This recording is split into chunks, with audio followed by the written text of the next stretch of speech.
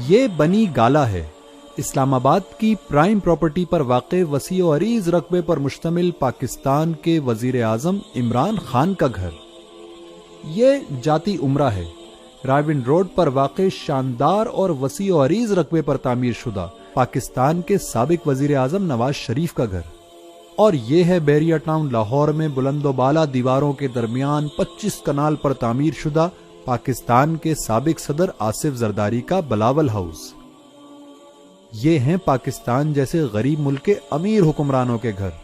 انہی بڑے بڑے گھروں کو بنانے والے مزدور بغیر چھت اور پلنگ کے سڑکوں پر اپنی راتیں گزارتے ہیں، اور صبح و شام ان بڑے لوگوں کے شاندار گھروں میں اینٹیں لگا لگا کر اور اپنے بچوں کے لیے آٹا، چینی، دال اور بجلی گیس کا بندوبست کرنے کی کوشش کرتے کرتے اپنی زندگیاں گنوا دیتے ہیں۔ اور ان محلات نما گھروں میں رہنے والے بڑے لوگوں کو عوامی مسائل کا سامنا کرنا ہی نہیں پڑتا۔ ان حکمرانوں کے بڑے بڑے گھر ہیں اور عیش سے بھری زندگی۔ اب ذرا امیر ملکوں کے غریب حکمرانوں کے گھر بھی دیکھ لیں۔ یہ یورپ کے سب سے امیر ملک جرمنی کی چانسلر اینجلا مرکل کا ذاتی گھر ہے۔ وہ چوتھی منزل پر 2 کمروں کے فلیٹ میں رہتی ہیں۔ Doctor Angela miracle quantum chemistry میں پی ایچ ڈی ہیں، جبکہ ان کے شوہر جوخم سوئر نے بھی کیمسٹری میں پی ایچ ڈی کی ہوئی ہے اور ہمبولڈٹ یونیورسٹی آف برلن میں پڑھاتے رہے ہیں۔ سادہ زندگی گزارنے والے ڈاکٹر جوخم مختلف شہروں کے دورے کرنے کے لیے سرکاری جہاز کے بجائے سستی ایئر لائن کے ٹکٹ خرید کر سفر کرتے ہیں۔ 9 سال تک ورلڈز موسٹ پاورفل وومن کا لقب پانے والی خاتون اپنے اور اپنے شوہر کے لیے صبح کا ناشتہ خود بناتی ہیں۔ ایک اور امیر ملک نیوزی لینڈ کی وزیر اعظم جسنڈا آرڈن نے اپنی رہائش کے لیے 1920 میں بنا محض 643 اسکوائر فٹ کا گھر خریدا۔ باوجود مصروفیات کے چھٹی کے دن وہ خود کھانا پکاتی ہیں۔ اور یہ گھر بھی دیکھ لیں جو یوروگوئے کے سابق صدر ہوزے مویوکا کا ہے، جو اپنی صدارت کا پورا عرصہ اسی گھر میں رہے اور اپنی پرانی واکس ویگن میں سفر کرتے تھے۔ عام انسانوں کے درمیان زندگی گزارنے والے ہوزے مویوکا نے اپنی زندگی کے 14 سال جیل میں گزارے۔ ان آزمائشوں کی منزلوں سے گزر کر وہ اقتدار کی بلند ترین مسند پر پہنچے، لیکن مجال ہے کہ اپنا لائف سٹائل تبدیل کر لیا ہو۔ بحیثیت صدر ملنے والی $12,000 کی تنخواہ کا 90% خیرات میں تقسیم کر دیتے تھے۔ ہوزے مویوکا نے ایک ٹرم صدر رہنے کے بعد انتخابات لڑنے سے انکار کر دیا۔ ان کا کہنا تھا کہ یوروگوئے اتنا بانج نہیں کہ اسے دوسرا صدر نہ مل سکے۔ آج وہ سینیٹر کی حیثیت سے اپنے ملک کی خدمت کر رہے ہیں۔ عوام کا دکھ درد، ان کی خوشی اور ان کی روزمرہ کی ضروریات کو وہی لیڈر جان سکتا ہے جو خود بھی عوامی زندگی گزارتا ہو، انہی سڑکوں پر چلتا اور انہی اسپتالوں میں جاتا ہو جن میں ملک کے عوام جاتے ہیں۔ ایسے ہی لیڈر باعزت اور کرپشن سے پاک زندگی گزارتے ہیں اور عوام کے محبوب ہوتے ہیں۔ شاید ایسے ہی لوگوں کی خواہش علامہ اقبال نے اس شعر میں کی کہ میرا طریق امیری نہیں فقیری ہے، خودی نہ بیچ غریبی میں نام پیدا کر۔ پاکستان میں بھی ہوزے مویوکا جیسی عوامی قیادت کی کوئی کمی نہیں۔ نگراں وزیر اعظم رہنے والے ملک معراج خالد 3 کمروں کے چھوٹے سے فلیٹ میں رہتے تھے اور صبح خود ہاتھوں میں فائلیں اٹھا کر آفس جایا کرتے تھے۔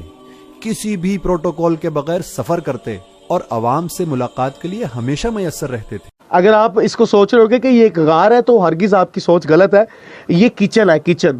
یہ جی وہ چکی ہے جس پہ آٹا بنایا جاتا تھا۔ یہاں پہ بابا جی جس چکی کا آٹا کھاتے تھے نا، میں آپ کو ایک چیز دکھاتا چلوں کہ لوگ بڑے بڑے آج کے ایک چھوٹے سے مولوی کو بھی لے لے نا آپ، تو وہ کیا کرتا ہے کہ اپنے لیے پہلے رہن سہن کا انتظام بڑا ٹاپ کلاس قسم کا کرتا ہے، اس میں اے سی لگواتا ہے، یہ کرتا ہے وہ کرتا ہے۔ لو جی بابا جی کے اے سی دیکھ لیں آپ، یہ لگے ہوئے ہیں۔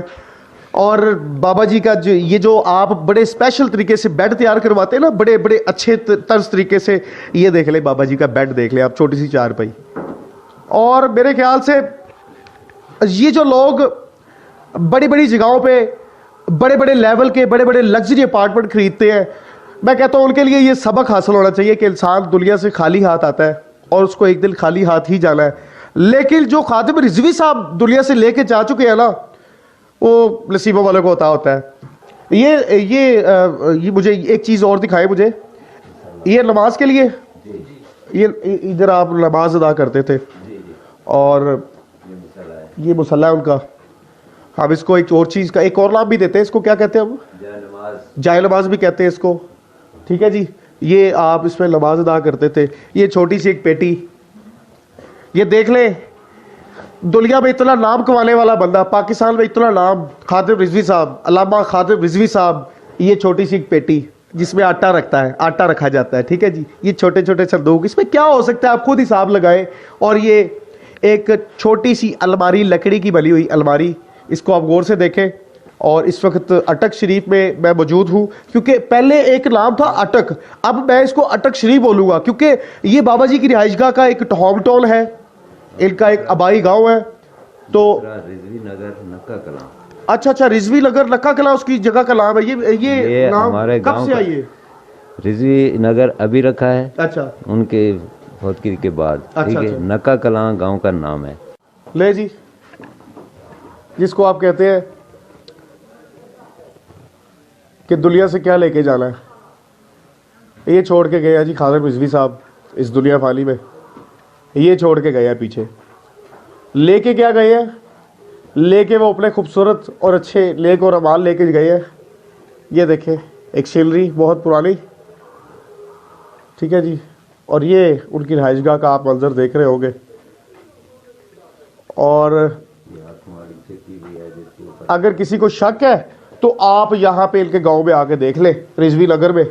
یہ ہاتھ والی چکی ہے جی بابا جی کی.